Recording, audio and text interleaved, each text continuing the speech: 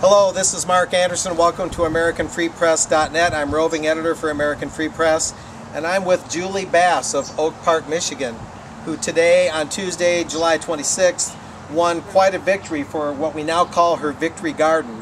She went to court here in Oak Park, and basically the charges of her illegally growing a front yard garden here on Dartmouth Street were dropped, along with some other sundry charges. Thanks for being with me today, Julie. Thanks for having me. And as you can see, this garden in her front yard is not exactly a menace to society. And it consists of what crops, Julie? We've got lots of tomatoes. We've got some zucchini over there. We've got some pepper plants, red peppers, green peppers. Over there we've got some jalapenos and some carrots. Up there we've got some tomatoes and some cabbage, and that is going to be cucumbers. And so, panning back, essentially what did the court tell you today? Essentially everything is dismissed without prejudice, which apparently is the way they dispose of criminal cases.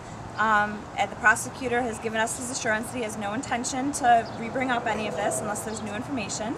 So as far as things now are, it seems like Oak Park is backing off and we can get back to gardening and spending time with the family.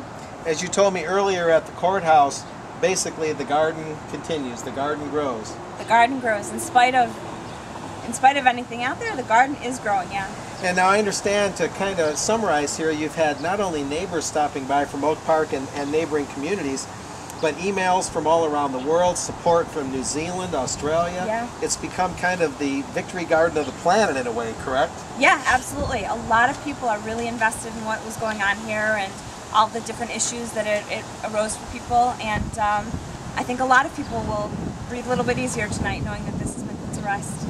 And I just spoke to a local professor with Oakland Community College who noted to me that this is part of the ongoing quest of people to unplug from the global food grid, from corporate farming, to be more self-sufficient, to stave off any possibility of food shortages in this troubled economic times that we live in. So it's a victory for Julie Bass here of Oak Park, but more importantly, it shows examples to her neighbors and around the world that people can provide more for themselves and not depend on the North American Free Trade Agreement to feed them, and the economic and food grid that we're becoming too dependent on, even as that food grid serves up GMO seeds and other things that tend to produce less healthy food, not to speak of quantities and shortages and things like that. But thanks, Julie Bass. We'll see you next time here on AmericanFreePress.net. I'm Mark Anderson.